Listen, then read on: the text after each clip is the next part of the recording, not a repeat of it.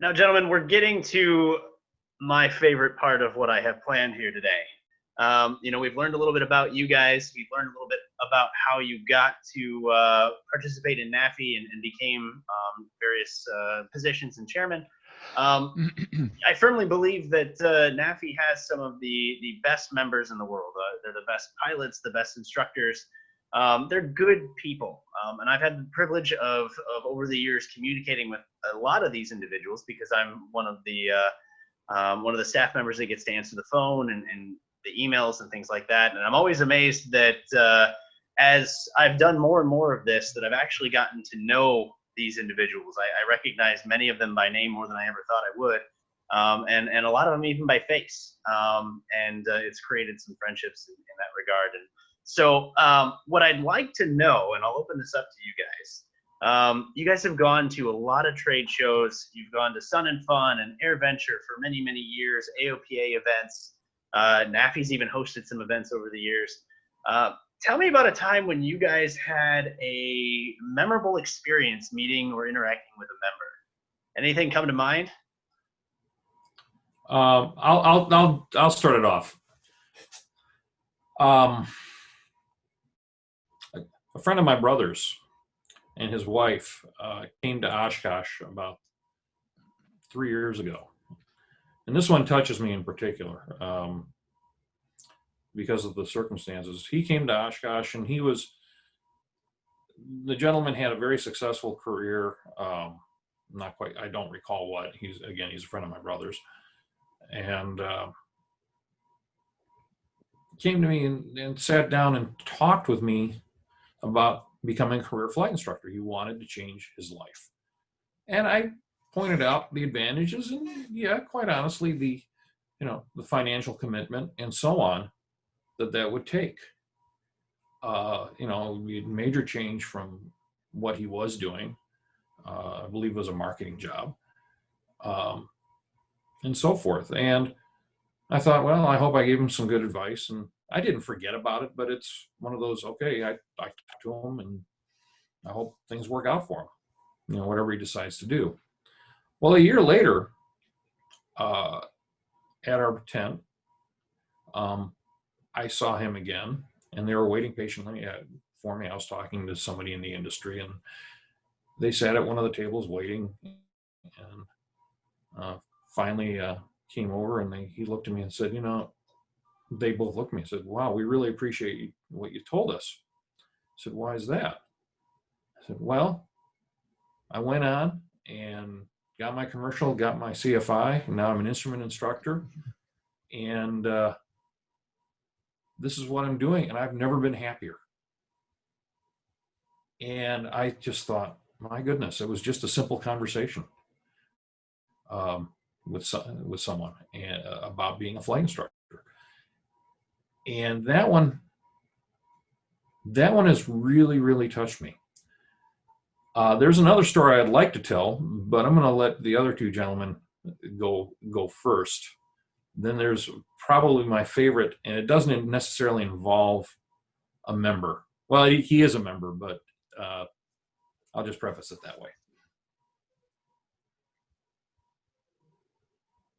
Well, I've always been a event junkie, as far as I guess the first was the LPA plantation parties that they used to have back in the 60s. That was quite an event, and to participate as a flight instructor in the flight training clinics, that was special. And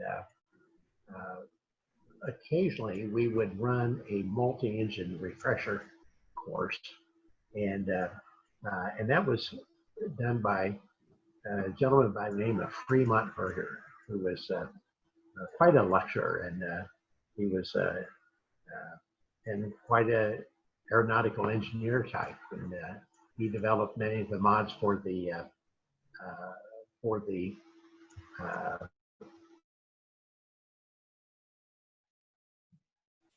series of instruments that he had, like an attitude indicator called the vector attitude instrument.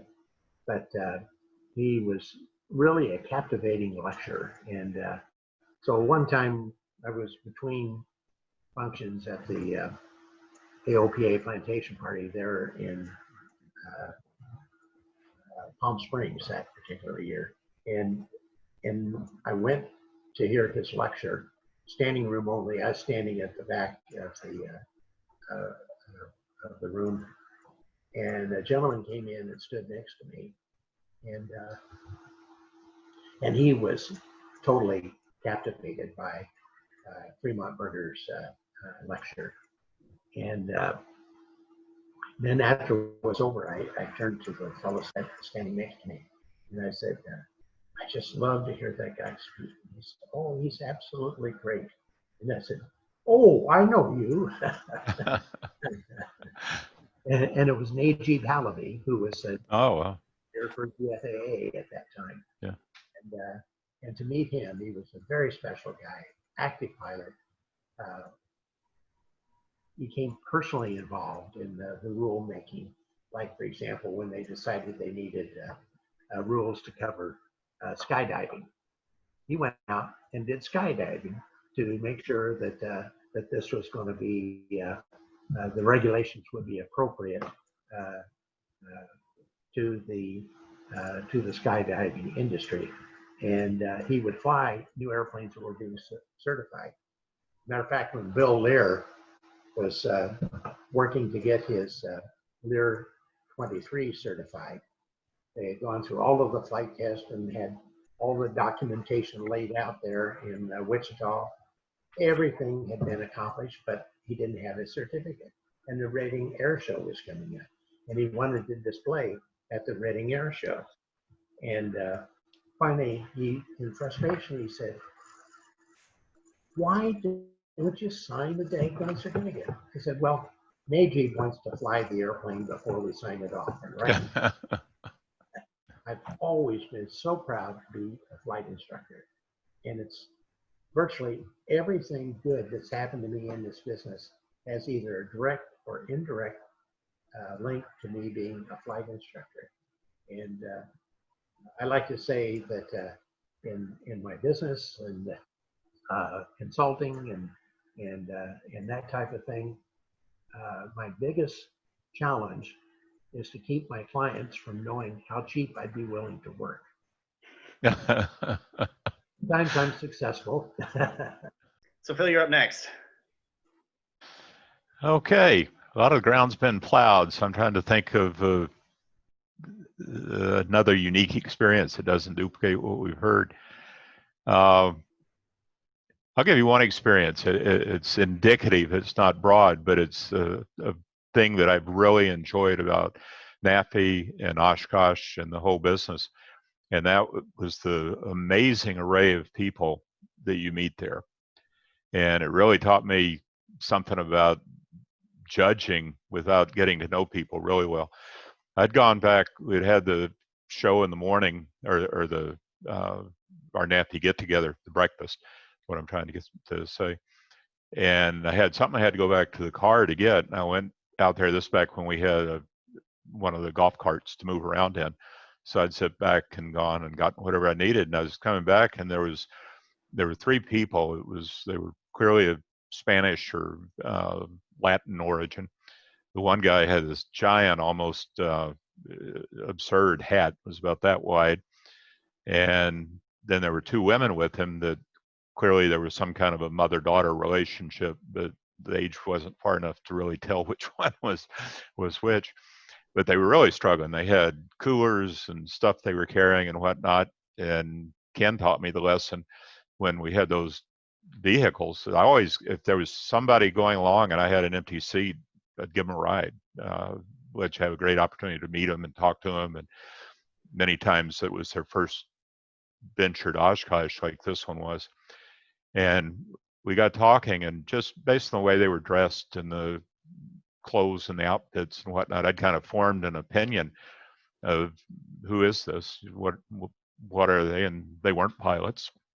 And it was a pretty short ride, so I didn't get much of an answer, but I formed an image. And as they got toward the end and were getting out, I asked him, by the way, what do you do? He was the Surgeon General for the U.S. Navy.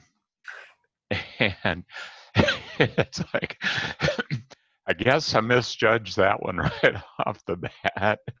And it really taught me a lesson. I don't think I've ever made that mistake again and don't intend to.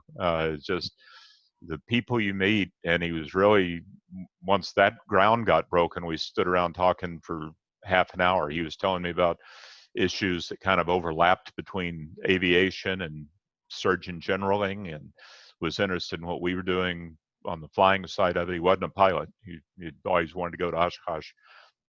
It's the people you meet. Tom Poberezny said it really well about 19, 20 years ago. If it wasn't for people, all these airplanes and all this other stuff would just be statues in a park. Okay, they would have no meaning. It's the interaction between people. It's the opportunity to meet people. And I've been fortunate to meet so many people. Unfortunately, I'm one of these people who's great at faces, bad at names. It's a little daunting to me at the shows when people come up to me and go, "Bob, how are you?" And I go, "Great, how are you?" And it's nothing personal. It's just I've been fortunate enough to meet so many people over the years. I think the funniest one is when I forgot momentarily John and Martha King's names. Anyway, I just stood there at a party looking at them going, "I know you people." And John stuck his hand down and said, "I'm John King." I said, "Oh, thank you, John." Stuck somewhere. I couldn't get it out. Oh. But I think, there's so many individual stories about meeting people. You can't relate them because they're small snippets of life. Mm-hmm. Now, guys, if I may be so bold, I'd like to share a story of my own that actually does involve all three of you. One of my favorite times was we had begun talking about the Flight Instructor Hall of Fame after it had not been awarded for a couple of years. We had been going through some transition and we weren't ready, and we knew that when we were ready, we wanted to do it, the right way. So between all three of you and myself and several others who are not with the organization anymore, we went through and we redesigned the recipient's trophy and a bunch of other things to make this thing as truly special as it deserves to be. Now, the first time, and I think it was 2015, the first time that we unveiled all of this was a complete surprise for the recipient. It was one of our long-standing master instructors, Greg Gorak. And, he'd been master instructor for so many years, and he'd been running a flight instructor refresher clinic out of Milwaukee, Wisconsin. And we decided as a collective unit that we were going to surprise the heck out of this guy. And so we all traveled to Milwaukee with this brand new trophy and a bunch of other things. And I had been working with his assistant, who goes to all of the perks with him. So she knew, and she had set it up with his family, so they were going to be sort of waiting in another room, and we were going to show up, and we were basically just going to bust the door down while he's mid-sentence in a perk. And that's exactly what we did. I don't think I have seen the surprise on someone's face quite like that when we just bust in out of nowhere and Greg goes, "What are you guys doing here?" It was just such a special moment for somebody who was truly deserving and just had no idea that it was coming. And we got to spend the weekend with him, and it really set the tone for what the Flight Instructor Hall of Fame was going to be moving forward. I mean, it's always been special. But it really kind of upped the ante for how we needed to handle this thing moving forward. And you guys all took the time to come out to Wisconsin, and that's an additional level of special there, because that kind of thing doesn't happen in other organizations. You don't see people give of themselves and certainly spend their own time and finances to participate in something like this. So I really think that just further goes to show the level of quality of people that we have, and just that you guys go above and beyond to make sure that these types of things are special for the deserving people that participate in it. So that's one of my favorite moments. Mm-hmm. So guys, that's the majority of my questions. Do you have any other sort of special thoughts or stories you want to share? Well, you asked about some instructional stories. If you want to include one or two of those. Yeah, what you got? My particular favorite, and giving AOPA its due, they if you look up my last name, if you're a member of AOPA, you'll find it in the archives. Titled Nocturnal Surprise.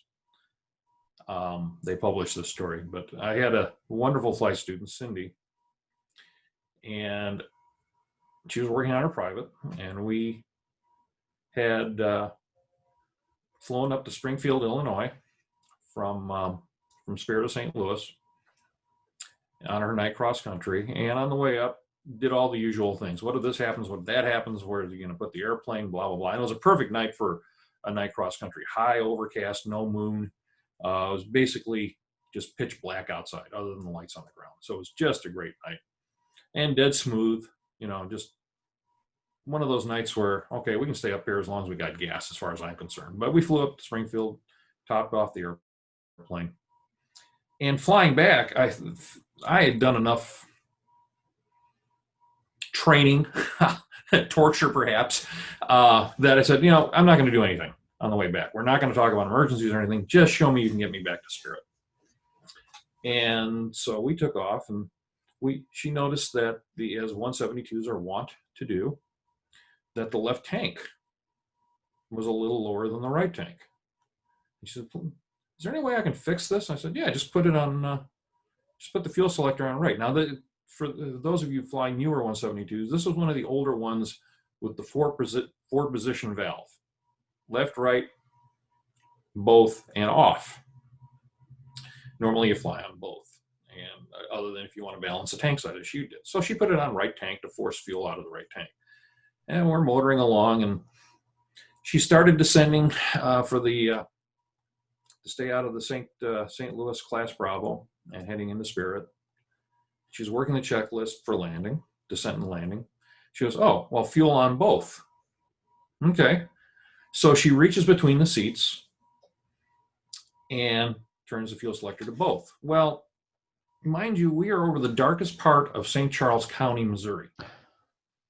For those of you who want to get a sectional out, we were due west of St. Charles County Airport, Sierra Echo Tango.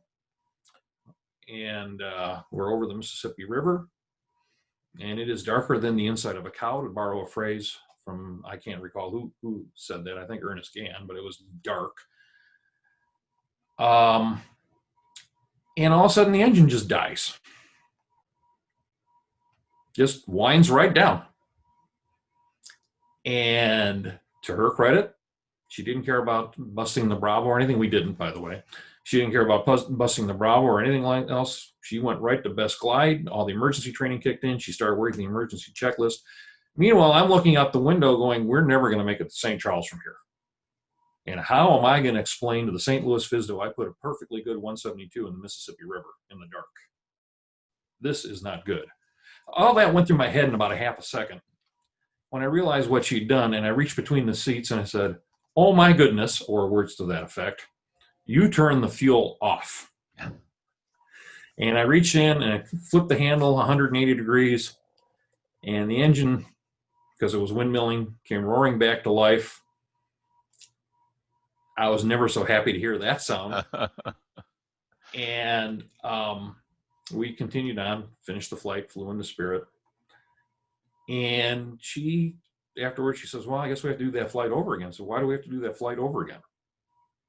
We've got the cross-country requirement done. You're good. And she goes, yeah, but I created an emergency. She said, did you learn something from it? She goes, yeah. Okay. And I learned something too. And she goes, what's that? I said, well, I didn't look at the fuel selector because you're one of the best students I've ever had. So I put it on both. So I learned something too. So lesson learned, but it was an interesting 20 seconds of flying. Well, I have a story. I had a client that had a hangar full of airplanes, and most of them tail wheel. And his wife was a very nervous flyer. And he said, well, what we need to do to get you over this is to get you some pilot training.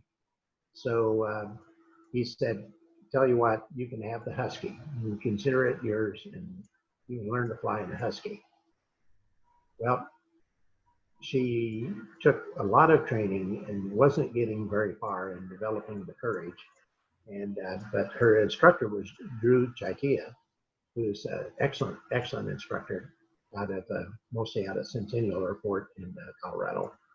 And finally, he decided that, okay, this is the day. So they do a couple of takeoffs and landings. And then finally he says, okay, I want you to go solo. I want you to do 3 takeoffs and landings to a full stop. And I'll be right here by the runway. I've got the portable radio, and the tower knows that you're going to be doing this. So weather conditions are perfect. So here you go. Well, she was kind of surprised about this, but she decides, okay. So she taxis out. She's cleared for takeoff, advances the power, and the tail pops up rather quickly because he's not in the back. And it scared her, and she chopped the power. Taxi clear runway. I said, no, I'm not going to do this. And so then sometime after that, I was at a cocktail party that they had, and she was talking about her experience. And I said, well, if you would like for me to fly with you sometime, I said, I'd be happy to do that. Not that Drew isn't an instructor, not that he's a bad instructor or anything. His reputation is excellent, but sometimes just a different instructor and so on like that. So she said, oh, no, I won't. So then sometime after that, I was out at the hangar, and she was out there. And she said, Ken, I've been thinking about your offer to fly with me, and wonder if that offer is still good. And I thought, she's heard. She's checked around, and my reputation precedes myself, and she's decided that she wants instruction from Ken Hoffman. Wow, And I says, okay, sure, I'd be glad to do that. She says, yeah, I'd like to see what it's like to fly with that much weight in the back seat.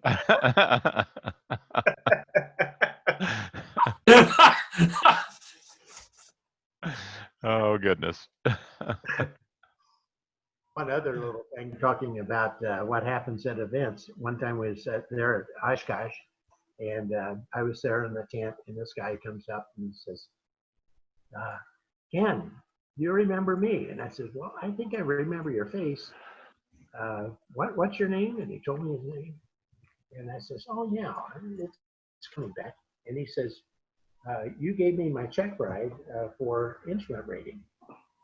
And I said, oh, okay. And jokingly, I said, did I pass it? Now the 3rd time. Oh. If I may, I've got a story I can tell on myself, an instructional story. I have a good friend, John Ladley, and you gentlemen know him. He owns a prize-winning Stearman. And one day, he took me up in it. He was giving me dual in the airplane. No, I don't have a tail dragger endorsement yet. It's on the list. But he was giving me dual in it and getting me familiar with the airplane.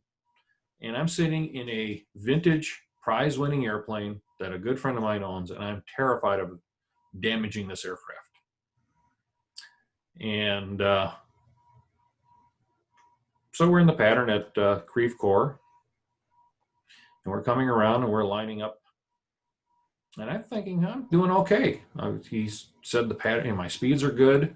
The pattern looks right. I'm adjusting the power at the right places. I've got a good pattern, as I said, a good pattern.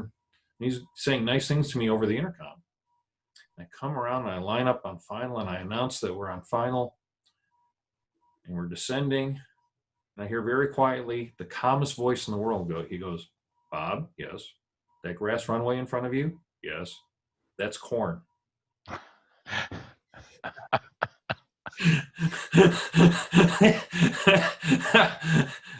And I said, "Oops," and I started going. I said, no, just a little left aileron. We'll be on the grass. It's okay. Just keep going. You've got too good a setup to wreck this. Just learn the difference between corn and grass, Bob. Okay. Oh. So guys, I've got one more question that I just thought of, and Bob, you've already answered this. So for those that are curious what Bob's answer are, I would encourage you to go to the NAFI 10 question challenge with Bob Mader. But question number 10 in my list is, if you could give a new CFI one piece of advice for success in the profession, what would it be? And Ken, I'd like you to start first if you could.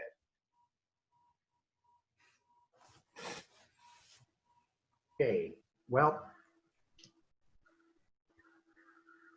one of the problems we have in the industry is that there is a category of new flight instructors that unfortunately have the tag of time builders, and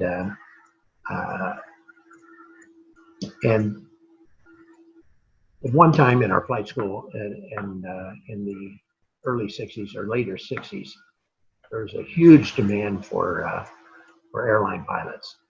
And United even ran an ad, said that if you have a private pilot certificate, come and we'll pre-test you, and if you pass, then we'll give you a class date, and then you're to show up with your commercial multi and instrument ratings, and you've got a job, and we'll pay you $1 million over the course of your career.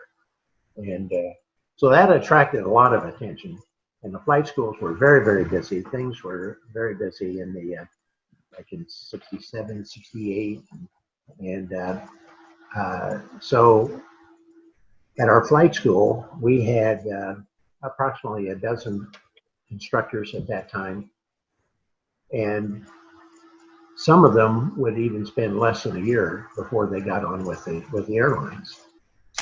But my say to the instructors is that, okay, you don't have to make any promises about how long you're going to be an instructor for us. All that I ask is that as long as you are a flight instructor, you dedicate all of your talents to being the most professional instructor that you can be. And if you do that, we'll even help you get to the point where you can qualify for the airlines. And we had special discount rates for the use of the aircraft, and some of the instructors would give free instruction for each other as professional courtesy. So that advice would be, always be the most professional flight instructor that you can possibly be. Phil, how about you?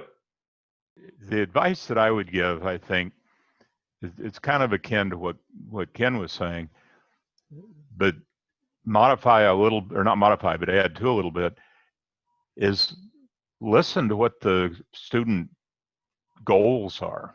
Because in my experience running the flight school, is you have all this standardized training, which is good, and I think any of the schools that have gone to that have learned that. I know we certainly did at Nassau Flyers. They were like of the era, you just sort of went in, you found a guy or a gal, and you flew, and wasn't much structure to it. And putting the structure in helped a lot.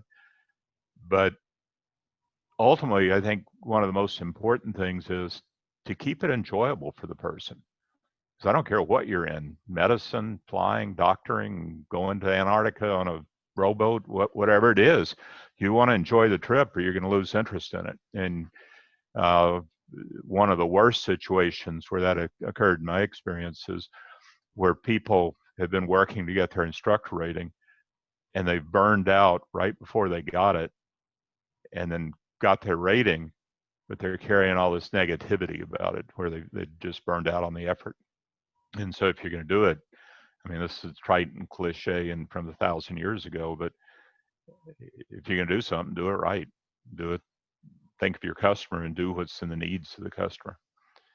And I think the places that I've been to, visited, I'd like to think the flight school that I owned, that was something I think that really set us apart. And we enjoyed the benefits of it because we had more students and more able students, but it made it a better, safer, more objective program all the way around. Well, to sort of tie a bow on all of this, you know, first and foremost, on behalf of myself and all the members that we have and have previously had in the history of the organization, I'd like to thank the three of you. You know, we have all of these directives that have mentor in the name, and I think that really the three of you guys epitomize that word more than anybody that I know. You know, I am extremely blessed to have had the interactions with you guys that I have, because I wouldn't be able to be doing what I am today, and certainly not at that level, if I didn't have the mentorship and help from all three of you. You know, and to sort of second what both Ken and Phil said, I had the opportunity several years ago to do a stint at a regional airline. And on day one of the things that they asked us was, how many of you people, and there were about 50 of us in the indoctrination class, they said, how many of you have been a CFI in a previous life? And more importantly, how many of you are coming from being a CFI into this indoctrination class? And about 80% of us raised our hands. And the instructor, he looked at us, he smiled, and he said, good. And, you know, we kind of squinted at him for a second, because we all figured, you know, he'd want somebody who had turboprop experience or some kind of small jet experience. But he said, good. And he followed that up with, he said, you know what? He said, I understand that you guys are new to jets, and I understand that this transition is going to be a difficult one for you. So be prepared. But he said, flight instructors make the best students. He said, you guys understand, and girls understand, what it takes to be in the position that you're in, because you just came from the other side. You came from doing what I'm about to do for you right now. He said, so you understand what it's going to mean and what it's going to take from an effort standpoint to make sure you get over this hump, because it's not going to be an easy one. You know, and this connects to what both Phil and Ken said, because while you are an instructor, if you put your all into it and you understand what it is that you're doing for your students, that's going to come back around again for whatever it is that you decide to do. Whether it's, you know, you want to continue to be an instructor and make a career out of it, you're probably going to add another rating. You're probably going to learn to create a business. You're going to learn some other additional skill. And if you choose to go a different direction, again, you're going to have to learn that new type rating. You're going to have to learn that new airplane or whatever it is that you might do. So, you know, I think that advice is some of the best there is, because you never forget what it's like to be a student. So, gentlemen, thank you so much for your time today. I think it's truly special to be able to hear these stories, and thank you very much. John, thank you for the time. Really appreciate the opportunity. So thanks again for doing this. You're here.